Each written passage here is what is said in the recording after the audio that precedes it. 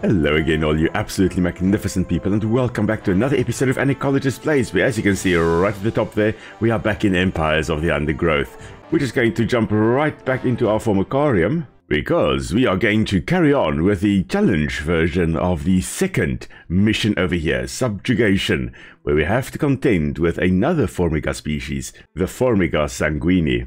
And as always, we're going to be playing it on medium difficulty, and we're just going to put challenge mode on this time around.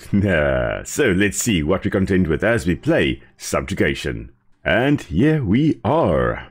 This Formica Fusca Black Ant Queen has given birth to her first brood. While the workers establish their new territory in the earth, above ground, a nearby colony of Formica Sanguinea Slavemaker ants are on the lookout for would-be victims. These ants specialize in stealing larvae from neighboring nests and raising them as their own. If the black ant colony isn't prepared for the inevitable incursion, they may be wiped out entirely.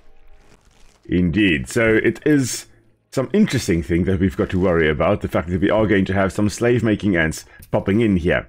Now, as you can see, I've taken my nest group and I've actually put them in group 1. The queen chose her colony's home poorly. This earth is infested with Grillotalpa, the European mole cricket. Alright, so that's what we've got to worry about. 45 millimeters in length and with powerful forelegs, these beasts are masters of tunneling. The crickets have had their fill of roots for the day, and are now on the hunt for protein-rich invertebrates. This queen and her brood are in imminent danger of being devoured. Dum dum dum. Alright, so that is interesting. We've got to worry about the mole crickets again, same as we had in the previous challenge mission. So, as you can see at the start there, I switched my nest group over to group 1 so that I could tell them to go and collect food. And then as they finished collecting a lot of the food, I then switched them over back to the nest duty so that they could just focus on getting all the eggs and everything in the place they need to be. It's a useful strategy initially when starting out to actually... Well, I always thought there were more crickets already. It's a useful strategy to actually place them in group 1 so that you can get that food quickly, at least at the start. And then they do still focus on things like nest duty and stuff like that and digging around. They just have a preference for doing what you tell them to do when they are in group 1 there. Anyway, so I think we are actually heading on to this site over here because I think we can still dig this out. Yes, we can. And get a few more soldiers. Now the idea is we've got to make sure that our soldiers clear out these guys over here because, well, there's something we have to worry about a little bit. But as soon as we have our 10 soldiers, we should be ready to actually take the first one out. I think we'll take the one out at the back here. Just going to switch gathering of food off for a moment. And then we are going to go take on Sigestria florentina, a funnel web spider. She is large, fast, and equipped with a powerful bite. Her lair is carpeted by sheets of silk woven between tripwires that radiate out from the entrance. She can detect even the slightest vibrations with her sensitive legs. Any ant that strays too close will be snapped away in the blink of an eye. Fascinating stuff. A Sanguinea Don't think we can actually take that one out. The black ants. A raid on the colony is now inevitable. The question remains as to whether they will merely pillage a generation of young, or wipe out the colony entirely. Indeed. In the end, it will come down to the tenacity of the defending ants. Okay, so first things first, we do not... Into the nest. Mole cricket! The ants must mount right a defense quickly, or their brood will be forfeit. No, it's burrowing up to the top here. Okay, never mind. That was my smoke signal over there. So our first mole cricket, here he is. Hello there. Let's hope we can actually defeat him. Yeah, I think we should be able to. We really do need more soldiers though, but we also need stronger soldiers. Okay, but there we go, our first mole cricket officially defeated. We'll pop back with it in a moment. Now the Sanguinea that we have got here, the slave-making ants, a fascinating group of ants. There's more than just one species of ant that will actually do that slave-making behavior. It is a behavior known as social parasitism, which is not just normal old boring parasitism. It is instead a form of parasitism where you rely on the host species' social behavior. In some cases, like in this case, to actually form the colony, and we'll talk about that in a moment. In other cases, for protection or for some kind of benefit you get at the expense of your host species. We are going to just gather around here again because we've got another funnel web spider. So this spider here, the funnel web spider, Subjugation florentina. This one has got many, many common names. And again, that's the thing with common names, many different names given to the same thing, which may make it difficult to know what you're talking about. It's also known as the cellar spider, which is again confusing because we know cellar spiders in South Africa as daddy longlegs. They are these weird long-legged spiders that we have running around in our houses or staying in our houses, for example. And yet these ones are also known as cellar spiders. In Dutch, it is known as the Florentijnse muurspin, which I believe means the wall spider, that's muurspin, of Florence, Florentine. So Florentijnse muurspin, which is quite a fun little name as well. Other English names also refer to the fact that they're living in these tubes, so things like tube dwelling spider, green-fanged tube spider, just tube spider, all these kinds of names just for this Subjugation florentina spider right over here.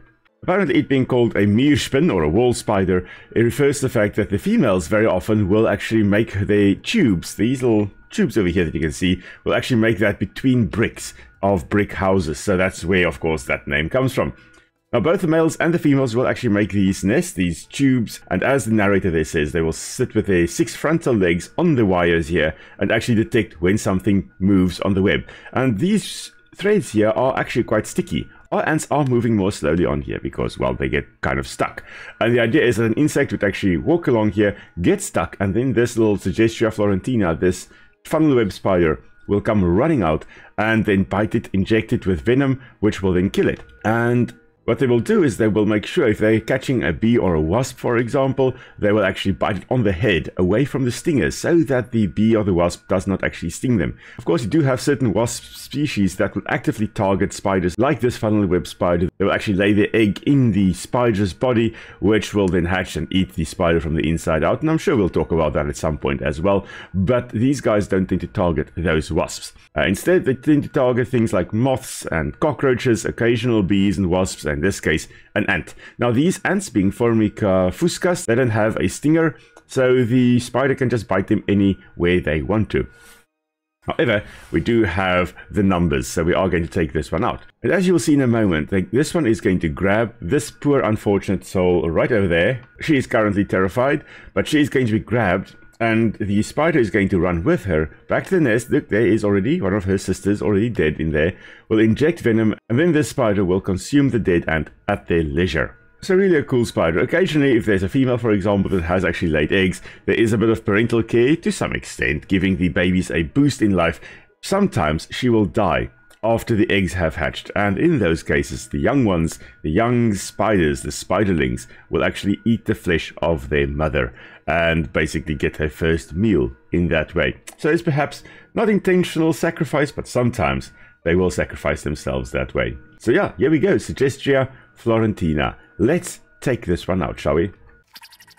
And there it is. Together, the ants have overwhelmed one of the funnel web spiders. There is also she won't be a raid causing coming any in. more trouble for the colony.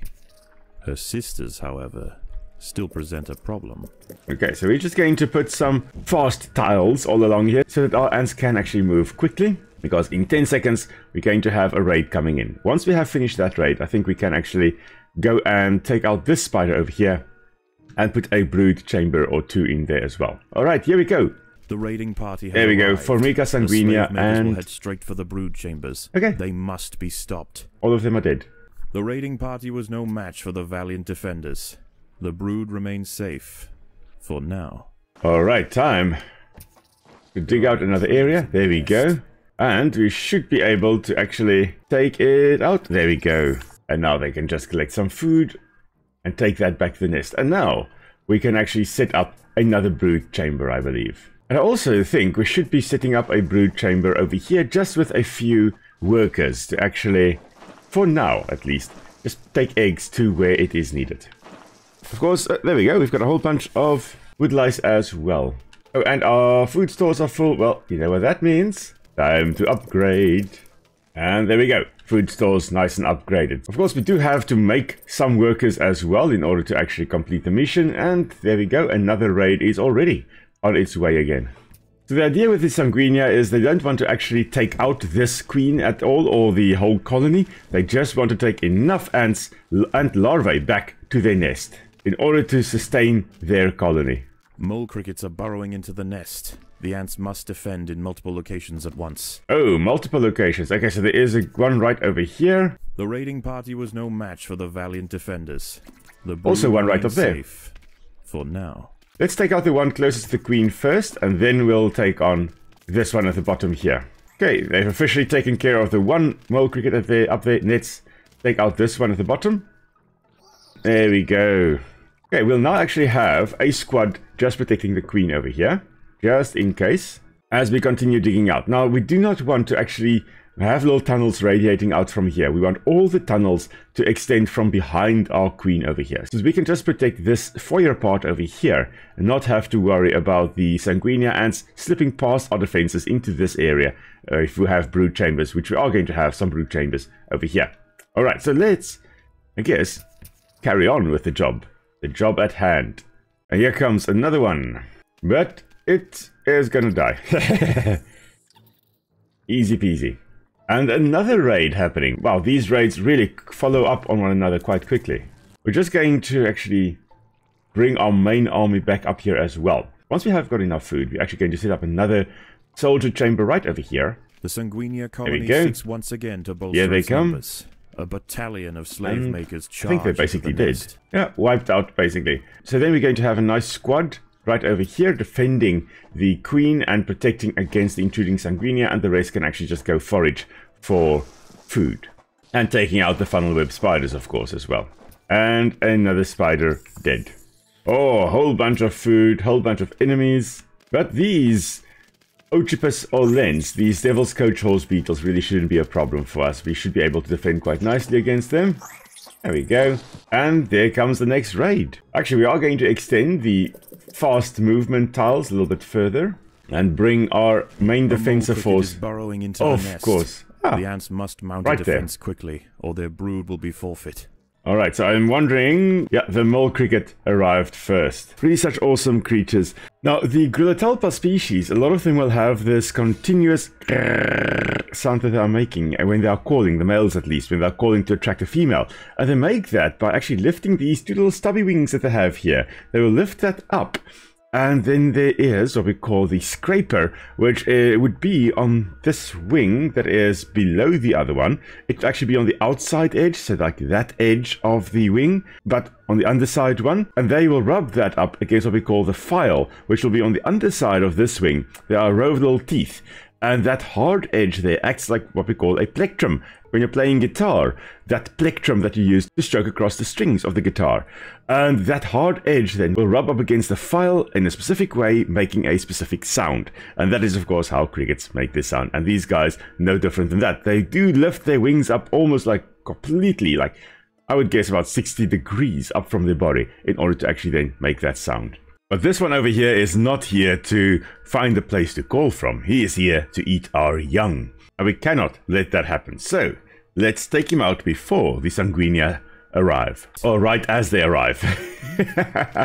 So here they come again. Some soldiers attacking us, distracting us. The sanguinea will subjugate or exterminate. And some running straight past to try and grab the larvae. Because the larvae are the prize that they are after. They want to kidnap some of our larvae to then go and raise in their nests so that those ones can then form the workers of the sanguinea colony. Because sanguinea colony, they are what we call facultative slave-making ants. They can take care of themselves. However, most of the work in the colony will actually be done by the Formica fuscas in this case, that they are capturing. So the ants that they basically enslave. And that is social parasitism at its finest in the ant world. Okay, I do believe we are ready to take on another one. Before we go on to where the spider is, we're just going to take out all these little guys so we're not distracted. So we've got an entire force moving forward to this little Sugestia Florentina up there. I was just about to say, I figured like that it's time for another raid. We're actually going to put, I think, this new chamber onto Squad 2. They can now defend while our little ants over here are bringing food back to the colony. And they should be here soon. The sanguinea should be arriving very, very shortly. There they come once more. There is no respite from the culling. The sanguinea will subjugate or exterminate. Here are the slavers. They're running past while our soldiers are attacked by these soldiers, while these soldiers of the Sanguinia are actually attacking us and distracting us. The workers just run past to try and... The raiding party was no match for the valiant defenders. The brood remains safe. For now. Indeed. So the brilliant strategy, though, to have their bigger soldiers distracting our soldiers to give their slavers basically a chance to run past everyone to come and grab the larvae. Because that's the prize. That's what they really are after. Now, every time we actually open up chambers, we have got more and more and more food available to use to make more ants. So we just become stronger every time. And look at that, we have another mole cricket popping up. And will you look at that, there are 2 mole crickets digging in. The ants must 3! fight. Okay, well, as soon as we are done with this one, yeah, you guys can come down to defend against this one. And then, of course, we do have another raid coming in as well. Because, of course we do. There we go, another one dead. All 3 mole crickets dead, defeated, and now we're just getting ready for the raid once more. At this point, we should start making more workers, so I guess that is what we're also going to do. That one is getting quite nice and far, however, on its way back with a larva, so there you can see grabbing the larva, and now it is going to be really attacked and killed by our soldiers. Now, to speed things up, we are going to have some workers. The workers are going to come and collect the food after we have actually cleared everything else, so we're going to have our little soldiers just focusing on clearing this entire nest at the back here and over there as well. So squad 1, you guys are just attacking. Squad 3, the workers, you're coming afterwards and just removing the food. There goes another poor little ant, unfortunately. But we should be able... There we go. Our ants are still weak. We are going to upgrade them in a moment. But once they are stronger, I think the spiders will take... Oh, there was actually one right over here. Once they are stronger, the spiders will probably have a more difficult time actually killing them. So won't be able to kill them so quickly. Let's see. Squad 1, you guys are in this chamber. Let's actually upgrade you guys a little bit first. Before we make more workers, before we do anything like that, let's upgrade some ants. And let's just get rid of this Suggestria while we've got the Slavemakers as well. Once again, to bolster its numbers, a battalion of Slavemakers charge into the nest. There are quite a few. Okay, guys, come on. Let's go back. There are a lot. We're going to wait for them here by this foyer over here. They've got 4 larvae, or they had 4 larvae.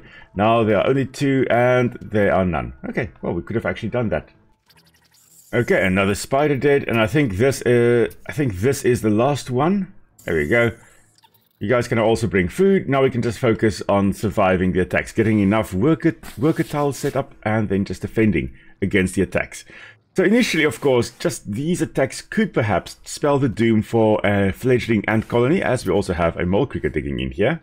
But as the colony gets larger and larger, these mole crickets and the Sanguinia have less and less and less of an impact on them, because they can very quickly recover their numbers.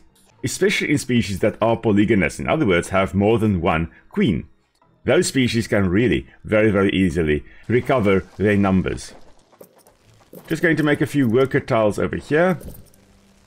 Just make it like that. And here comes the next raid. I guess we're just going to quickly get together there in front. Yeah, our workers are just doing their thing. They're just collecting food. And our soldiers are there to defend. And here comes the second last once again to group. Bolster its numbers. A battalion of Slavemakers charge into the nest. Yeah, quite a lot of them. However, we've got a very nice bunch of defenders up here as well. And that one is running straight past and died. Haha. Alright. We are literally just going to make these ones, and that should then be enough. That should then trigger the final defense. Well, there we have got the final objective of survive the final wave. Now, the Slavemaker ants, they actually have not only formic acid, because they are in the Formica genus, they can spray formic acid. They've got another secret weapon that they will employ. And that is what we call the differse glands. Differse glands basically will, and we're just going to bring our workers here, differse glands secretes a bunch of compounds, and one of the things that those compounds will do is actually to break down the fatty acids in the epicuticle, in the outside layer that covers their body. And what that then does is it makes the ants susceptible to the formic acid that they will also be spraying. Without those compounds, which we call wetting agents, without those compounds secreted by the diffuse glands, the formic acid would be pretty pointless. It wouldn't actually do a great job against other ants. Ants are actually quite immune to it because of their epicuticle. But with that, with those secretions from the diffuse glands, the formic acid is able to break down the body of the other ants. And I think that is just absolutely amazing and marvelous that they actually have that. Other species in the Hymenoptera may also have it, but the compounds that they all secrete will differ between species within the Hymenoptera, within the bees, wasps, and ants. And here we go, the final raid. To bolster its numbers. Now, just before we massacre the last of the Formica sanguinea that's coming to collect some eggs and larvae from our nest, these guys have some interesting behaviors as well. Now, in the 5.1 and 2 missions, when we are playing as the Matabele ants, we will have the ability to actually take the injured ants back to the colony to restore them back to health. Well, Formica sanguinea has a bit more of a macabre habit. If one of these members dies during a raid, the other members will actually take them home to eat.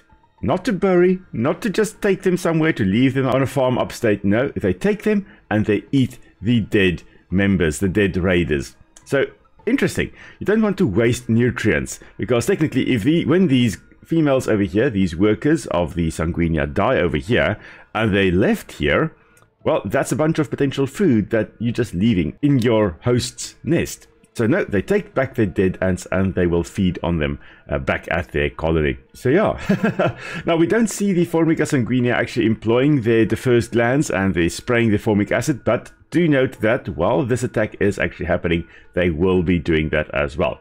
Now we are just going to defend one last time against these invaders, and here we go. So they're trying to break through. They've really drawn our attention with the soldiers, but we've got so many ants, so many workers here swarming these invaders that they stand no chance. Yeah, it's a bunch of bodies basically being thrown at the enemy here, and the last one is dead. Well, now, we have done it. Once again, the Slavemakers return to their nest with new black ant larvae to raise as their own. The raids will continue. But this Formica fusca colony has proved its capacity to endure and grow. Eventually they will surpass their parasitic overseers, and the continued raids of the Slavemakers will reduce to nothing more than a mere inconvenience for the great Black Ant Empire. Indeed.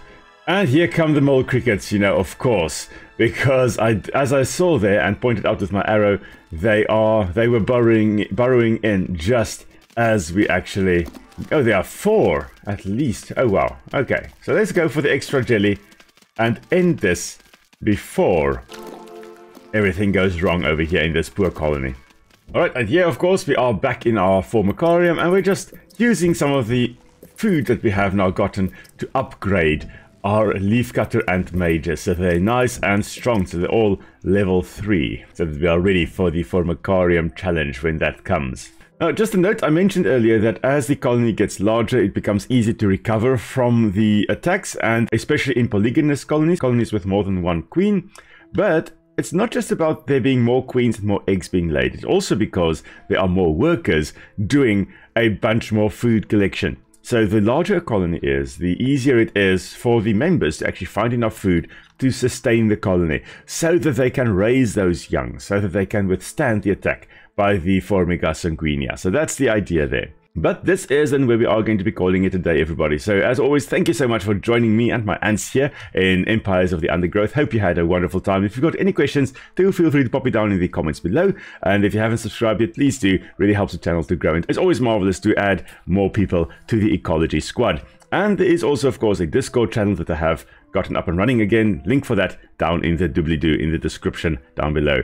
And of course, on Sunday, Nick and I will be live streaming as well. We will be live streaming Pal World once more. So come and join us on the Pelpagos Islands as we go and tame a whole bunch of pels and see what the ecology would be like. And until next time, everybody, stay safe.